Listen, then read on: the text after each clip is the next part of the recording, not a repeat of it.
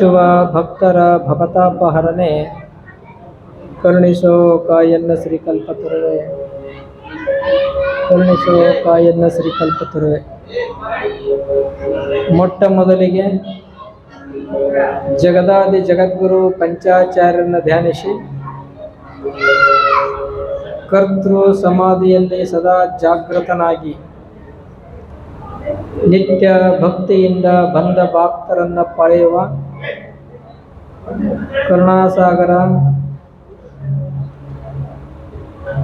ದಯಾನಿಧಿ ತಪೋನಿಧಿ ಸದ್ಗುರು ಸಾಂಬ ಶಿವಯೋಗೀಶ್ವರನ ಸ್ಮರಿಸಿ ಈ ಕ್ಷೇತ್ರದ ಮಹಾಸ್ವಾಮಿಯಾದಂಥ ಮಲ್ಲಿಕಾರ್ಜುನ ಸ್ವಾಮಿಯನ್ನು ಸ್ಮರಿಸಿ ವೇದಿಕೆ ಮೇಲೆ ಕೂತಿರುವಂಥ ಪೂಜ್ಯರಿಗೆ ನಮಿಸಿ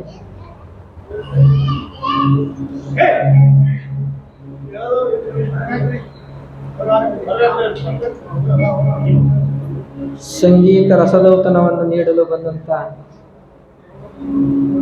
ಶ್ರೀ ಮಲ್ಲಿಕಾರ್ಜುನ ಗವಾಯಿಗಳು,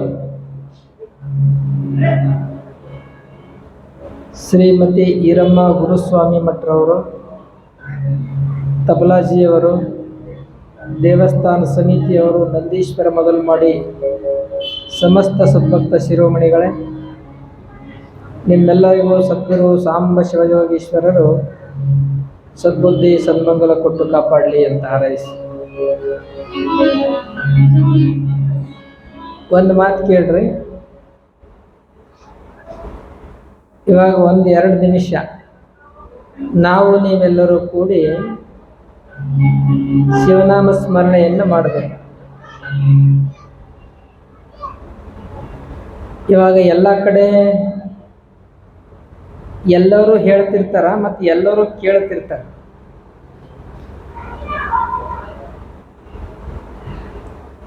ನೀವು ಪ್ರತಿ ವರ್ಷ ಪುರಾಣ ಕೇಳ್ತಿರ್ತೀರಿ. ಪ್ರತಿ ವರ್ಷ ಪುರಾಣ ಕೇಳೋದು ಈ ವರ್ಷ ಪುರಾಣ ಕೇಳೋದಕ್ಕೂ ಭಾಳ ವ್ಯತ್ಯಾಸ ಅದ. ಅದು ಏನು ವ್ಯತ್ಯಾಸ ಅದ ಅಂತ ಬಾಯಿನ ಹೇಳೋದಕ್ಕಿಂತಲೂ ನಾವು ನೀವೆಲ್ಲರೂ ಹುಡುಕ್ಯಾಡಮ್ಮ ಒಂದು ದಿವಸ. ಆದ್ರೆ ಒಂದೇನಂದರೆ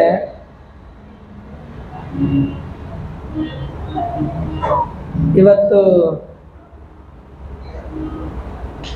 ಬಾಹ್ಯಾಕಾಶದಿಂದ ಬಂದವರು ಯಾರ್ರಿ? ಸುನೀತಾ. ಗೊತ್ತದೆ ಎಲ್ಲರಿಗೂ. ಹೋಗಾಗ ಏನು ತಗೊಂಡು ಹೋಗಿದ್ಲು ಜೊತೆಗೆ?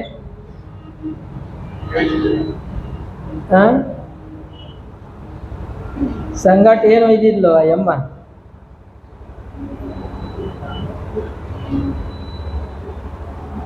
ಹೋಗುವಾಗ ಜೊತೆಗೆ ಅವರು ಕರ್ಕೊಂಡು ಹೋಗಿರಲಿಲ್ಲ, ಅವ್ರ ಅಪ್ಪಗೂ ಕರ್ಕೊಂಡು ಹೋಗಲಿಲ್ಲ,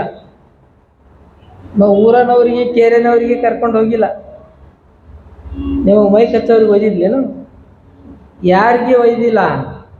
ಯಾಕಂದ್ರೆ ಗೊತ್ತಕ್ಕಿಗೆ ಯಾರ್ಲಿಂದನೂ ಏನೂ ಮಾಡ್ಲಿಕ್ಕೆ ಆಗಲ್ಲ.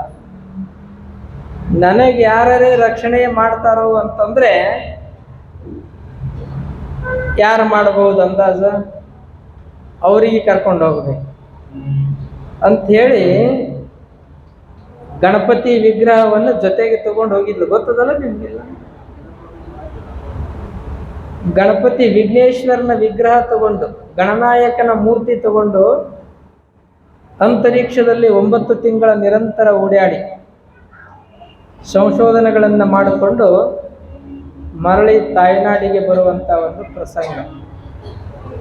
ನಾನು ಯಾಕೆ ಹೇಳ್ತೀನಿ ಅಂದರೆ, ಸುಮ್ಮನೆ ಮಾತಾಡೋದು ನನಗಿಷ್ಟ ಇಲ್ಲ.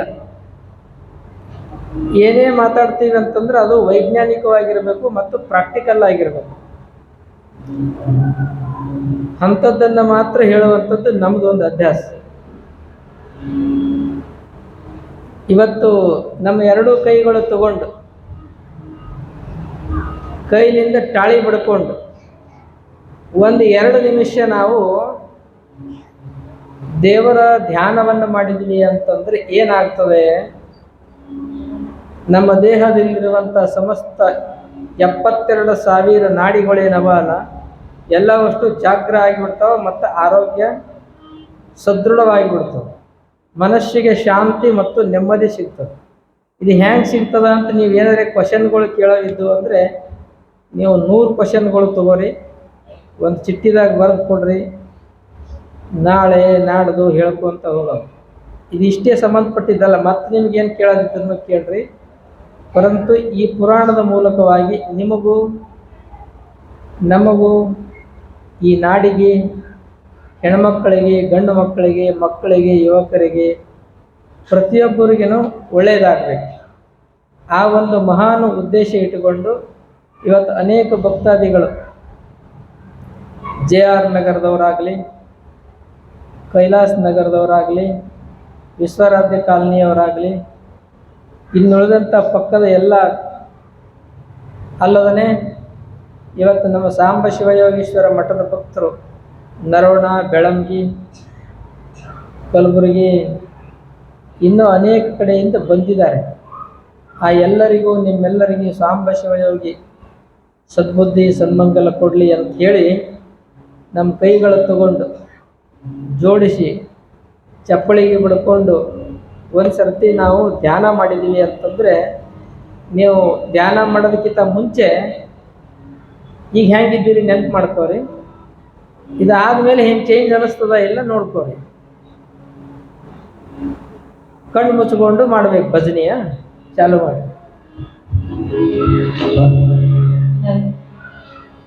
ಎಲ್ಲರೂ ಅನ್ಬೇಕು.